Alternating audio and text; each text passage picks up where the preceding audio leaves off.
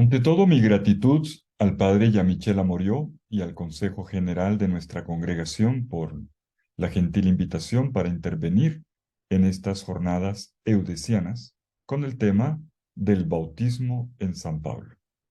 Se me ha pedido un estudio bíblico, por supuesto, con mucho gusto, aunque con temor y temblor. Permítame partir de un texto que no está en la Sagrada Escritura, sino fuera de ella. El texto quizás más antiguo que conocemos sobre el ritual del bautismo. Se encuentra en la Dida G, o Doctrina de los 12 Apóstoles, en el capítulo séptimo. Este texto es del siglo I después de Cristo, casi contemporáneo a la redacción de los Evangelios.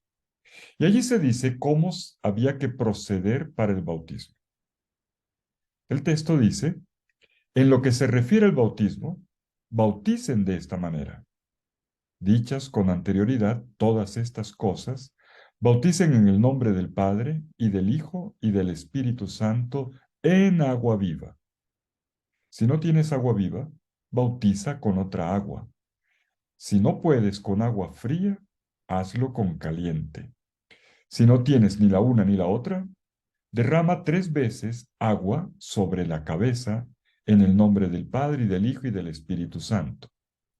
Antes del bautismo, el bautizado y el que bautiza deben ayunar previamente, y todos los que puedan también. Pero al bautizando le ordenarás que ayune 1 o 2 días antes. Bueno, este es el texto de la Dida G.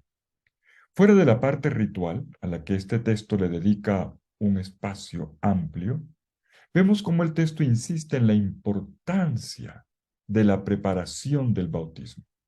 Se pedían 2 cosas: exponer la doctrina y hacer ayuno. Y creo que esto inspira lo que vamos a hacer ahora. No vamos a hacer ayuno, obviamente, pero sí lo primero: tratar de comprender la realidad del bautismo, al menos desde la perspectiva paulina y al menos en un texto específico. Desde el siglo I, esta doctrina no ha cambiado. Y como bien sabemos, la razón por la cual ahora estamos haciendo un acercamiento bíblico es porque San Juan Eudes se tomó en serio el tema del bautismo. Y además porque esa misma perspectiva paulina fue adoptada por él. Y Juan Eudes incluso se permitió delinear doctrina con algunos acentos propios. No está en el objetivo de esta intervención el despliegue temático y práctico que nos dejó Juan Eudes sobre el bautismo, ni tampoco la correlación entre la escritura o Juan Eudes y su fuente escriturística. Solamente vamos a hacer la lección de un texto que Juan Eudes cita con relativa frecuencia. Pero antes de leer el texto, permítame una premisa. Bautismo, como todos lo recordamos, significa inmersión. Se refiere al rito, un rito bien conocido en el mundo hebreo que acostumbra a lavarse siempre que posible. El primer cristianismo lo asumió imprimiéndole su originalidad, particularmente desde el misterio pascual de Cristo. Y en el marco de los orígenes del cristianismo, quien lleva a cabo la primera gran reflexión al respecto es Pablo. Pablo, antes que teólogo, era un misionero. Él andaba en búsqueda de la gente para predicarles el Evangelio. Él logra la conversión de paganos, y él sabe muy bien que para ellos la primera evidencia de la transformación de sus vidas y de su entrada en la comunidad de fe en Jesucristo era la celebración del bautismo. Era un acontecimiento que marcaba un antes y un después. Un antes de tiniebla, de ignorancia, de no fe, y un después de conocimiento del misterio de Cristo y de vida nueva en él. Con Pablo nos damos cuenta de una segunda implicación del bautismo cristiano, que ya no es más para los hebreos, no solamente, sino para todo aquel que crea en Jesucristo. O sea, no es solamente tampoco para los varones, como ocurría, por ejemplo, con la circuncisión, que requería de una carne masculina para ser signo de la alianza entre Dios y su pueblo. Por lo tanto, judíos y paganos, hombres y mujeres, esclavos y libres, eran inmersos en la misma persona de Cristo sin hacer diferencias, con la misma dignidad fundamental, en un gran pie de igualdad, lo cual no quita la posterior ministerialidad, por supuesto. Y esto es lo que Pablo dice en Gálatas 3:27-28, su primer texto amplio sobre el bautismo. Porque todos los que fueron bautizados en Cristo Jesús han sido revestidos de Cristo. Ya no hay diferencia entre judío y griego, entre esclavo y libre, entre varón y mujer, porque todos ustedes son uno solo en Cristo Jesús. Lo que nos hace uno con la misma dignidad es lo propio de esta inmersión. Y esta es una dimensión importante para el tema que tanto nos ocupa en la vida de la Iglesia en estos tiempos, la sinodalidad. Y aquí está su fundamento, una dignidad común que proviene de una fuente de vida común y que moldea un estilo de vida común y que nos manda para una misión común. Pablo nos va a enseñar que, como en el bautismo, nos convertimos en una nueva creación. Y que esta nueva creación no es otra cosa que el fluido de la vida nueva en Jesucristo, la formación de Cristo en nosotros, con todas sus implicaciones espirituales y eclesiales. Pero vamos a centrarnos no en Gálatas, sino en Romanos, el texto que delinea mejor la realidad y las implicaciones del bautismo. Vamos a dar tres pasos. Ahora sí, ya entramos al texto. Este texto tiene tres partes y estos son los tres puntos de nuestra consideración. La primera parte, los versículos 1 al 7 del capítulo 6 de la carta a los Romanos, nos expone la experiencia fundante. La experiencia fundante que tiene lugar en el bautismo y los primeros efectos que tiene. En segundo lugar, versículos 8 al 14, el impacto en la transformación de una vida. Bautismo es reconfiguración de la vida, replanteamiento. Y aquí el don se hace compromiso, pide ser secundado. En tercer lugar, capítulo 6, versículos 15 al 23 de Romanos, vemos cómo se propone un ejercicio de discernimiento y de elección continua como algo propio de la vida del bautizado. Vamos a leer este texto y ojalá pudiéramos tener a la mano el texto bíblico. Veamos la primera parte, versículos 1 al 7. La experiencia fundante. En el capítulo anterior, capítulo 5 de la carta a los Romanos, Pablo ha hecho un paralelo entre la figura de Adán y la de Jesucristo, que era lo que había ocurrido con cada uno de ellos. Ahora, en el capítulo 6, Pablo se enfoca solamente en la persona de Jesús y ahonda en el impacto que un creyente experimenta cuando se une a Jesucristo a través del bautismo. Y se trata de la muerte y resurrección de Jesús, lo que brilla aquí en primer plano. Pablo comienza, capítulo 6, versículo 1, Pablo comienza con una pregunta retórica, como es propio de él, siempre la pregunta como detonante del discurso. ¿Qué diremos, pues? Pregunta Pablo. ¿Tendremos que permanecer en el pecado para que la gracia se multiplique? ¿Por qué Pablo hace esta pregunta? Por las malas interpretaciones, por las malas interpretaciones a las que se exponía con lo que acababa de decir. ¿Qué había dicho? Capítulo anterior, su tesis, donde abunda el pecado, allí sobreabunda la gracia. Y el famoso "oh feliz culpa". Y esto se podía prestar para interpretaciones desastrosas. y ser usado como salvoconducto para un relativismo moral, incluso el relajamiento espiritual. Un poco como la frase que siglos más tarde se le va a atribuir a Lutero: peca fuerte, pero cree mucho más fuerte. Pero Pablo no da espacio para el opinadero. Responde enseguida de una manera tajante. De ninguna manera. Megenoito, dice en griego. Esto es absurdo. Que esto no ocurra nunca, quiere decir. Y toma como motivación la fuerza incontestable de una evidencia. Un hecho que está ante los ojos. Dice en el versículo 2. Nosotros quienes ya hemos muerto al pecado, ¿cómo podríamos vivir en él? Notemos esto. Pablo no está afirmando impecabilidad en un cristiano. No. Para Pablo el pecado es el ámbito infectado y la esfera de la potencia, en el que uno está inevitablemente inmerso en el Adán, en el que se origina toda una serie de pecados. En otras palabras, el pecado se puede definir como una dinámica que toma posesión de uno y de las opciones, tanto las fundamentales como las del día a día, ejerciendo un peso condicionante.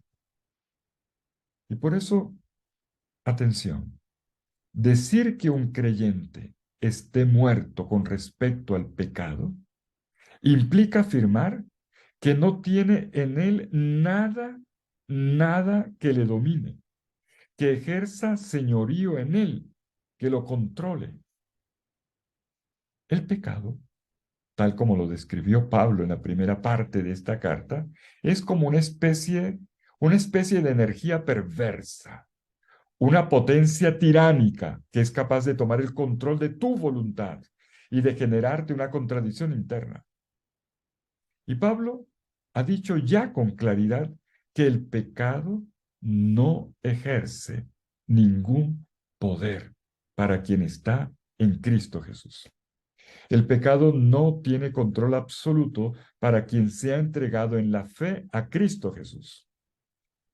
Y aquí está el primer punto en consideración. Hemos muerto al pecado. Cuando Pablo dice esto, tiene en mente el signo bautismal. Es lo que dice en el versículo 3. Es que no saben ustedes que cuantos hemos sido bautizados en Cristo Jesús, hemos sido bautizados para unirnos a su muerte. Y él mismo responde enseguida en los versículos 4 y 5. Ocurre esto. Mediante el bautismo fuimos sepultados juntamente con él para unirnos a su muerte. De manera que así como Cristo fue resucitado de entre los muertos por la gloria del Padre, así también nosotros caminemos en una vida nueva.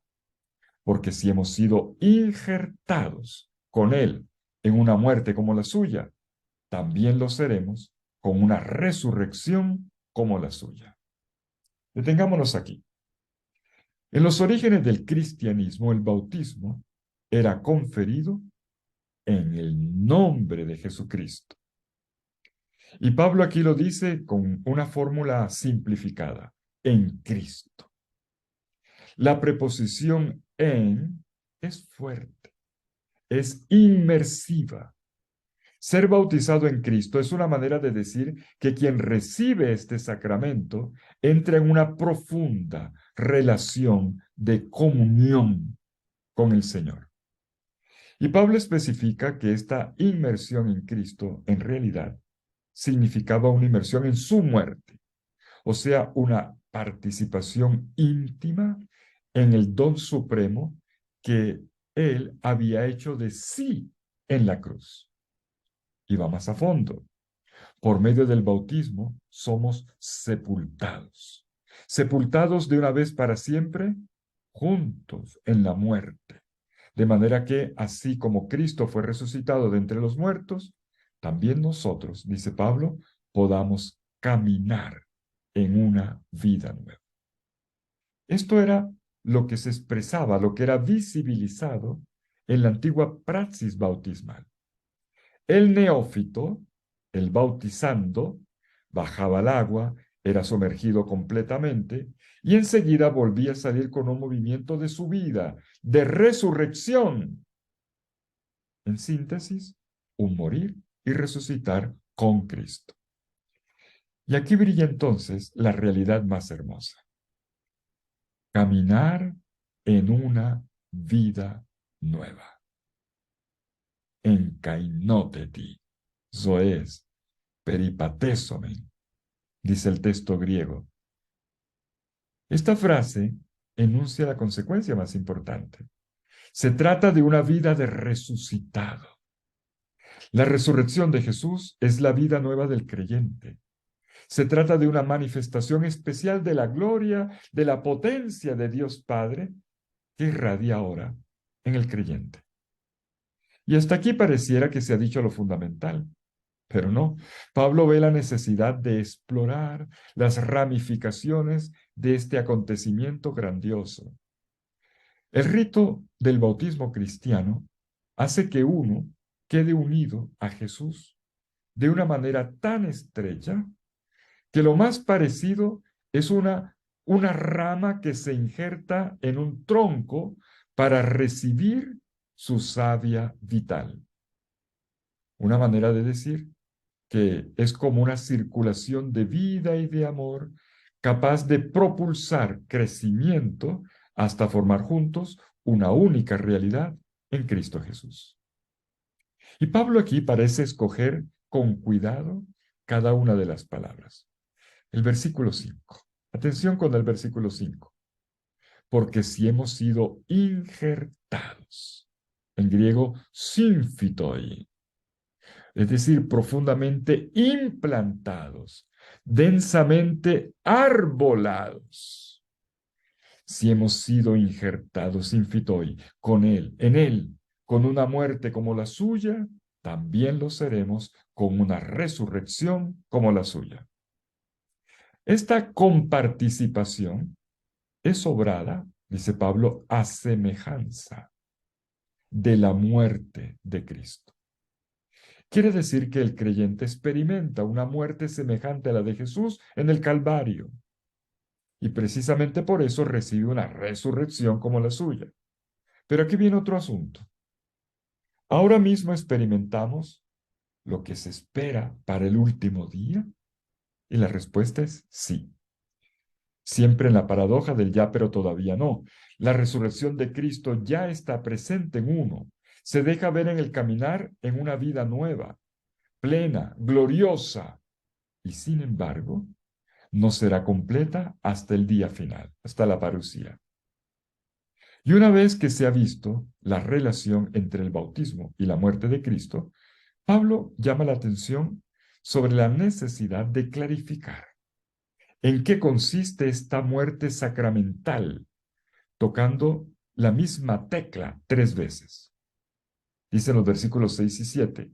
Sabiendo esto, que nuestro hombre viejo fue crucificado con él para que fuera destruido el cuerpo de pecado, a fin de que ya nunca más sirvamos al pecado. Quien muere queda libre del pecado. Y aquí podemos notar cómo hace 3 precisiones. La primera, ese hombre viejo que éramos ha sido crucificado con Cristo. En otras palabras, nuestro ser dominado por el pecado, atrapado en el viejo mundo, terminó de vivir. La segunda es la consecuencia. Esta crucifixión metafórica, pero real, es una aniquilación real del cuerpo del pecado, o sea, la estructura pecaminosa. O sea, consigue la liberación de toda dependencia del poder del mal. Eso es fuerte. Tercera precisión. Quien ha muerto ha quedado liberado del pecado. Y es por eso que con el bautismo ocurre una transformación radical en la existencia de uno.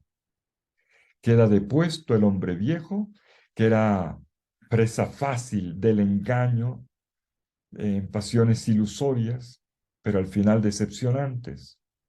para abrirle un puesto al hombre nuevo, que es capaz de caminar en la alegría y la fuerza interior que es propia de la justicia y en la santidad. Esta opción de vida, precisamente porque está vinculada a Cristo muerto y resucitado, tiene un valor definitivo. Es más, es irrevocable. El bautismo no se limita a ofrecernos el hecho de la salvación, la produce realmente. Si solamente fuese un acto humano de nuestra buena voluntad, dada a piadosos propósitos, quedaría reducido a voluntarismo, a buenos propósitos que duran un tiempo y después de un tiempo más nos duele descubrir que no somos lo que queríamos ser o lo que estábamos llamados a ser. O también puede reducirse a un intimismo que por muy profundo y sincero que sea, también resulta expuesto a la provisoriedad. Lo que con emoción viene, con otra emoción más fuerte, se va. Es el riesgo de vivir de impulsos y no de opciones. La propuesta cristiana pasa por los sentimientos, pero no es sentimentalista. Y precisamente porque el bautismo es en primer lugar, primariamente, un acto de Dios y solamente en un momento segundo un acto mío, por eso lleva impreso el carácter de eternidad que le compete a toda obra de Dios. Pasemos a la segunda parte, versículos 8 al 14. Pablo sigue adelante. Se detiene ahora de manera especial en el compromiso que se le pide al creyente.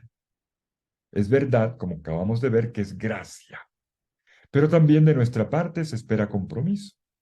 Y Pablo, como siempre, coloca una premisa en la que se apoya la argumentación y al final saca una conclusión. Dice Pablo, si hemos muerto con Cristo, creemos que también viviremos con Él. Porque sabemos que Cristo resucitado de entre los muertos ya no muere más. La muerte ya no tiene dominio sobre Él. Porque lo que murió, murió de una vez para siempre al pecado. Pero lo que vive, vive para Dios. De la misma manera, también ustedes deben considerarse muertos al pecado, pero vivos para Dios en Cristo Jesús. Fijémonos en esto. Pablo retoma lo que acababa de decir en el versículo 5 acerca de este injerto, sinfitoi, de esta incorporación, de esta implantación en Cristo, y vuelve a poner el acento en el hecho de que un creyente está destinado a participar un día plenamente de esa misma vida indefectible que Cristo obtuvo con su muerte y resurrección. Por eso ha dicho en el versículo 8, y si hemos muerto con Cristo, creemos que también viviremos con Él. Y solo una vez, solo que esta vez Pablo va a profundizar más todavía en el significado mismo de la resurrección. ¿Cómo es esto? ¿Cómo es esto de la vida nueva de Cristo resucitado en uno? Dice que Cristo resucitado de entre los muertos ya no muere más. La muerte no tiene poder sobre él. Versículo 9. Porque, porque sabemos que Cristo resucitado de entre los muertos ya no muere más. La muerte no tiene dominio sobre él. Y en el versículo 10 todavía es más fuerte. Por lo que murió, murió al pecado de una vez para siempre. Pero devolvámonos. Ha dicho primero que Jesús ha muerto al pecado, que lo ha erradicado de una vez para siempre y que en consecuencia ahora vive para Dios. Pero atención, esta victoria sobre el pecado, que además Cristo, a diferencia de nosotros, nunca tuvo, consiste en Cristo, para Él, en un no vivir para sí mismo, sino para los demás, en una entrega absoluta, llegando a abrir de tal manera el camino de la vida eterna que encuentra su realización en el vivir para el otro y por los otros. Dicho de otra manera, Cristo, mediante el don total de sí mismo en el acontecimiento de la Pascua, entra en la plena comunión con Dios y por eso no está sujeto al poder de la muerte, entendida aquí no tanto como el hecho biológico, sino como una ruptura con Dios y con los hermanos. Y habiendo hecho esta precisión sobre la vida del resucitado, Pablo se enfoca ahora en la participación solidaria del bautizado con el destino de Cristo. De la misma manera, ustedes. De la misma manera, ustedes. ¿Qué es lo que pasa con nosotros? Versículo 11. Considérense muertos al pecado, pero vivos para Dios en Cristo Jesús. La comunión con el Señor, esta comunión que se instaura de forma tan eficaz con el sacramento del bautismo, se refleja en el estilo de vida, en todo lo que uno haga y todos los días además. Podríamos decir que la ética cristiana no es la del deber, sino la de la fidelidad. Se trata de un imperativo que no viene de fuera, coercitivo, no, sino de dentro, mocional. Digamos mejor, se trata de una ética de la identidad. Simplemente dejar aflorar lo que habita en ti, lo que eres tú. Y resulta que tú eres una persona nueva en Cristo Jesús. Tú eres Él. Intentemos una paráfrasis. Pablo trata de decirle a cada bautizado, mira, sé aquello que tú eres en virtud de tu incorporación a la persona de Jesucristo. Que se note la diferencia, caballero. Que todo lo que proyectes, hagas o digas sea conforme a esa novedad, de la cual el bautismo es un signo esplendoroso. Mira, date cuenta de que eso que fue vencido en ti hasta la raíz, tu pecado en singular, tu tendencia al pecado, puede tener todavía resquicios en su vitalidad nociva, o sea, en los pecados, ahora en plural, las caídas, en esos comportamientos que todavía se te notan. Más claro, no puede ser Pablo en esto que puntualiza. Es verdad que hemos muerto al pecado, sí, pero el pecado no ha muerto. ¿Entiende la paradoja? Siguen rondando, sigue siendo una potencia amenazante. El pecado fue destronado. Pablo dice el tirano. El pecado fue destronado, pero va a tratar de hacer todo para recuperar su trono. No sabe perder. Y notemos que aquí Pablo vuelve al lenguaje de las metáforas, que tanto le gustan además. Estamos ante la figura del soberano despótico que no sabe perder. Y ante esta imagen del soberano derrocado, pero decidido a recuperar el poder, Pablo se refiere explícitamente con esta recomendación. Que no reine, que no señoree más en ustedes, en su cuerpo mortal, el pecado, para que no vivan según sus deseos. Versículos 13 y 14 mejor. No ofrezcan sus miembros al pecado como armas de justicia. Al contrario, ofrézcanse a sí mismos, a Dios, como quienes muertos han vuelto a la vida, y conviertan sus miembros en armas de justicia para Dios, porque el pecado ya no tendrá dominio sobre ustedes, puesto que ya no están bajo la ley, sino bajo la gracia. Wow.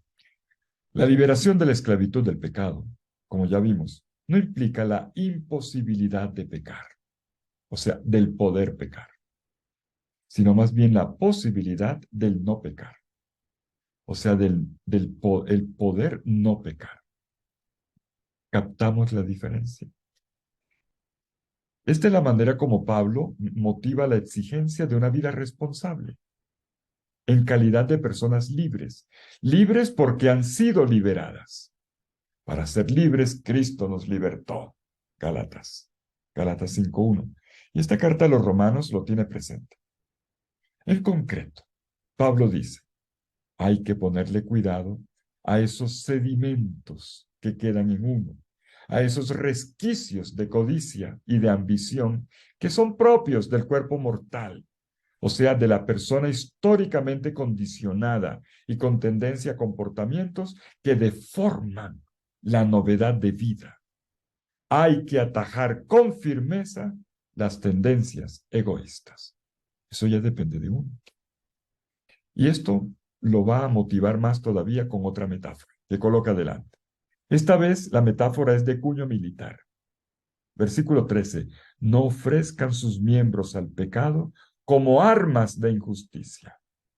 Cuando Pablo dice no usen sus miembros, se refiere a la capacidad operativa de las armas. La idea entonces es no se vuelvan instrumentos para llevar a cabo hechos injustos y pecaminosos. Pero enseguida le da la vuelta a la idea.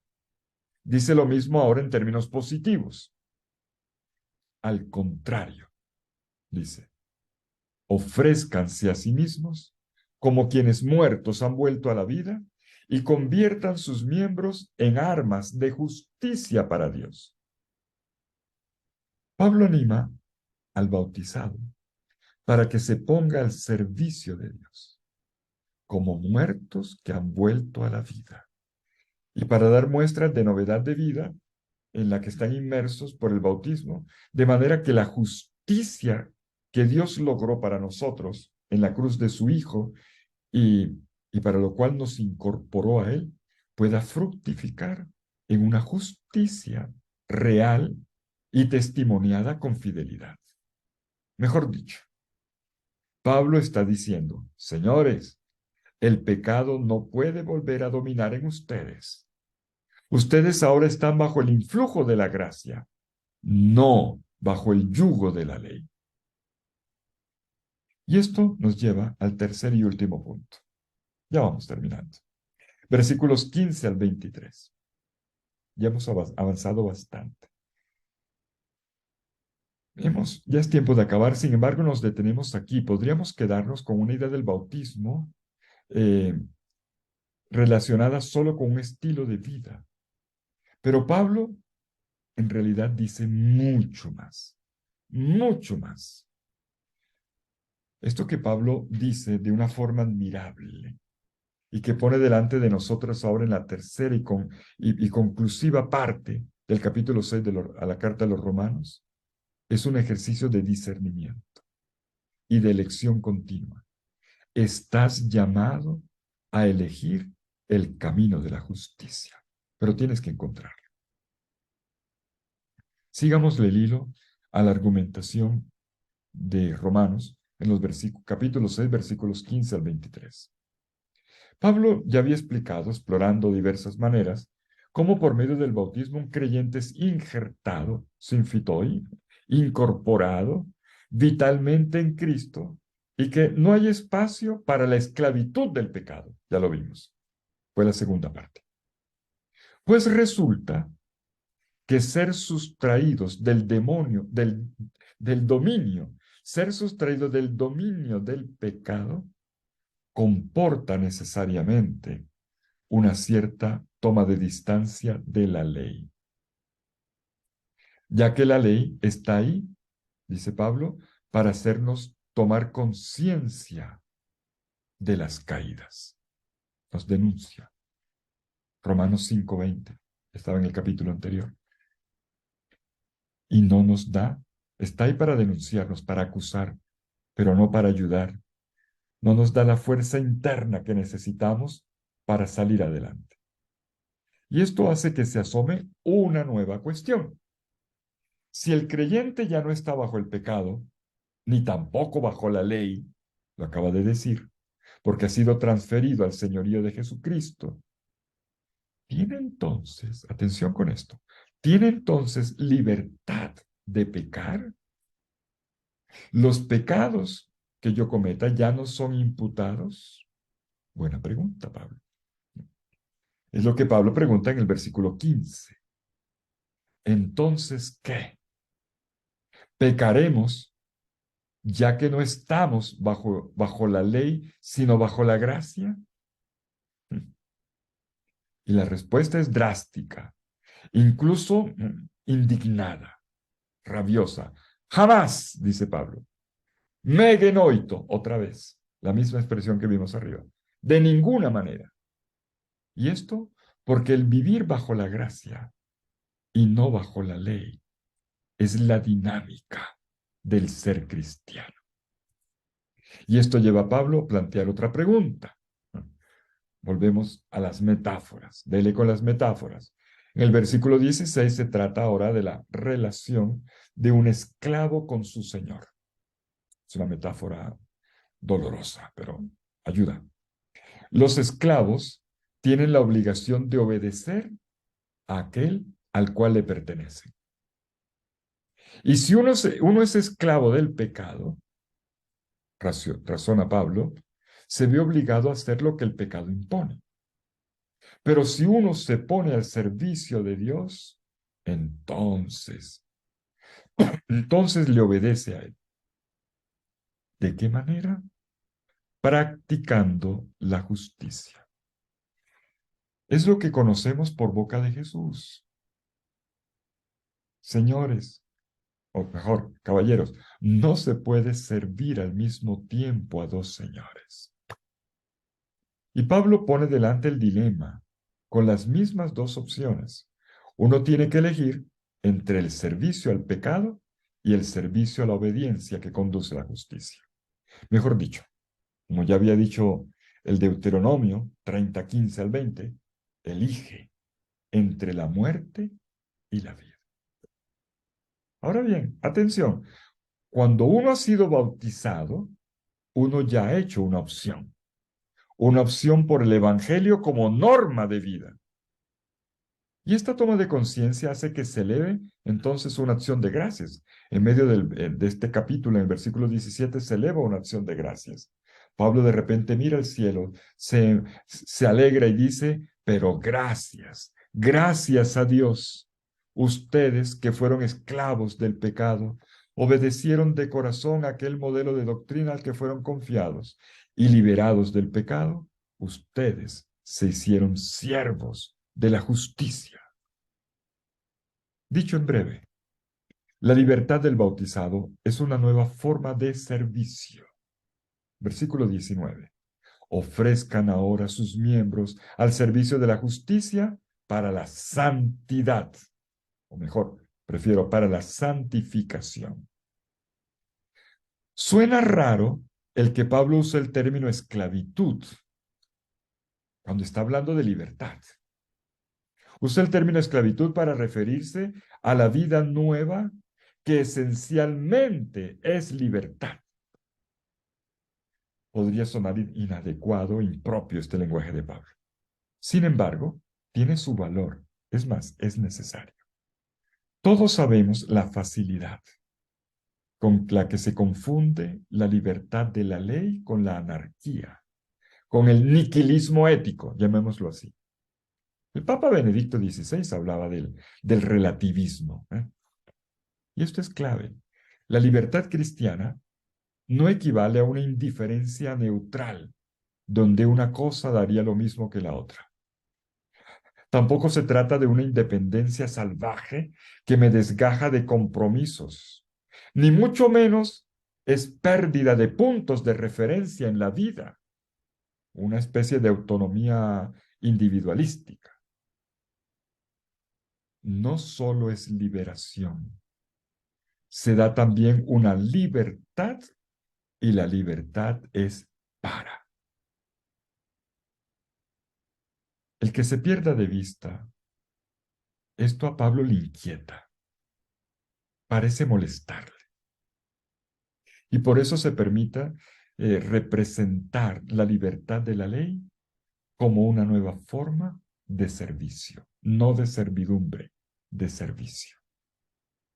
Es una entrega en la libertad. Pablo invita a cada uno para que mire hacia atrás. Miren cómo lo va a argumentar. Miren hacia atrás. Repasen su vida anterior, anterior a la conversión. Y cada uno sabe por experiencia lo que era estar bajo el influjo esclavizante de un pecado. Uno siente hasta vergüenza cuando se acuerda. Pero el bautismo le ha dado un giro a la vida. Versículo 22. Liberados del pecado y hechos siervos de Dios. Bonito. Ustedes están logrando darle una nueva dirección a su manera de vivir bajo el estandarte de la santidad, cuya meta última es la vida eterna. Ustedes eran, ahora son. ¿Son qué? Libres del pecado y están al servicio de Dios. Es la figura de un nuevo éxodo. No se sale realmente de la tierra de Egipto si no se entra en una nueva tierra, en una tierra prometida. En la existencia cristiana es lo mismo. No solamente es dejar atrás el pecado, sino ahora, ¿cuál es mi nueva vida? Mi nueva tierra es el señorío de Jesucristo en mí. Concluyamos con el versículo 23. Dice Pablo para cerrar este capítulo, pues el salario del pecado es la muerte, en cambio, el don de Dios es la vida eterna en Cristo Jesús, Señor nuestro. Esta frase es el amén de toda la reflexión por parte de Pablo y pone la mirada al final en lo definitivo. Pablo hace una concatenación entre el presente histórico y el futuro último y definitivo. La última metáfora es típica del lenguaje militar.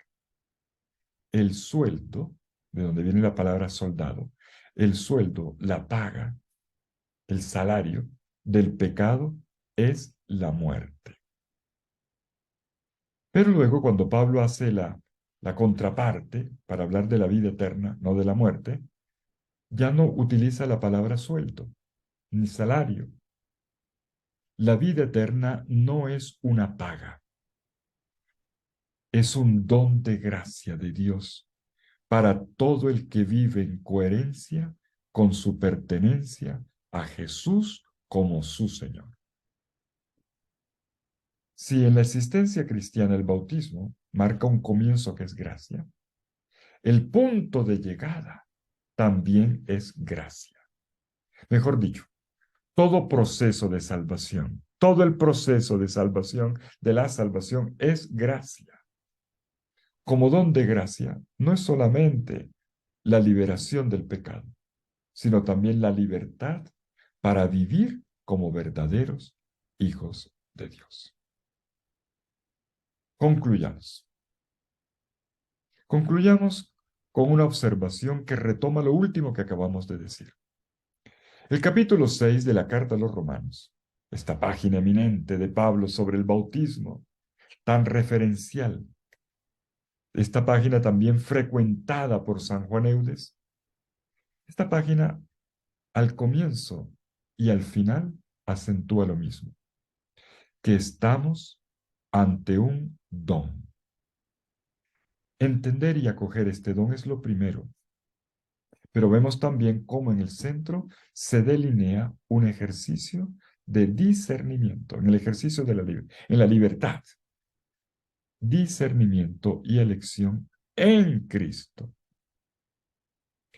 Al inicio, Pablo había dicho que el bautismo nos injerta en la muerte y resurrección de Jesucristo y que desde ahí nos da la capacidad para caminar en una vida nueva.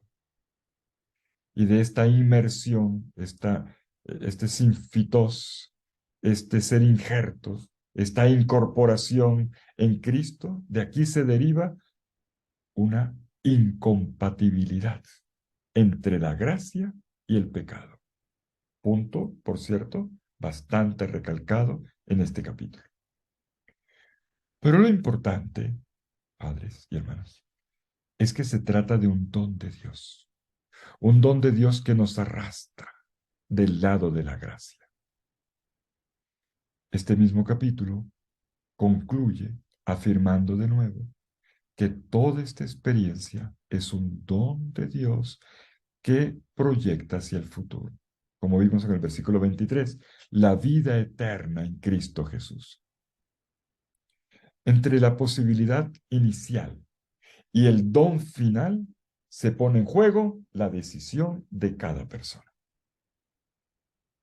En la vida cristiana siempre estamos discerniendo, eligiendo, según Cristo, las cosas de Cristo para ser Cristo. Por lo tanto, se decide, y primero no se trata de una decisión cualquiera, se trata de elegir entre la muerte y la vida. Y el bautismo es, por naturaleza, una opción por la vida. Y uno tiene esta posibilidad de elegir precisamente porque gracias al bautismo hemos sido liberados y porque en el ejercicio de esta libertad hacemos todo lo posible por mantenernos apartados del pecado, para hacernos dóciles al querer, a la voluntad de Dios. Sonó muy eudista, ¿verdad? Pablo no entró aquí en más detalles sobre lo que habría que hacer.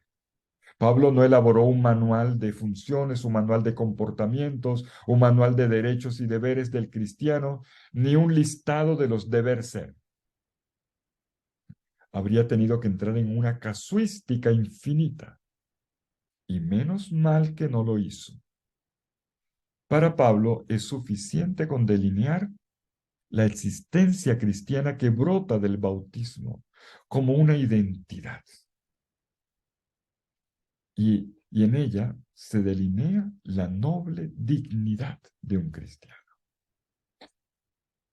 Eres una persona libre, capaz de decisiones autónomas y responsables, que va encontrando su maduración en la integración de tu personalidad en la persona de Cristo Jesús, muerto y resucitado. La existencia cristiana tiene como principio dinamizador esta especie de ósmosis. Por el bautismo le pertenecemos totalmente a Cristo y estamos totalmente envueltos, involucrados, injertados, incorporados en su historia, sinfitos. Eso es bautismo. Es el sello de una pertenencia que va más allá de nuestras fuerzas.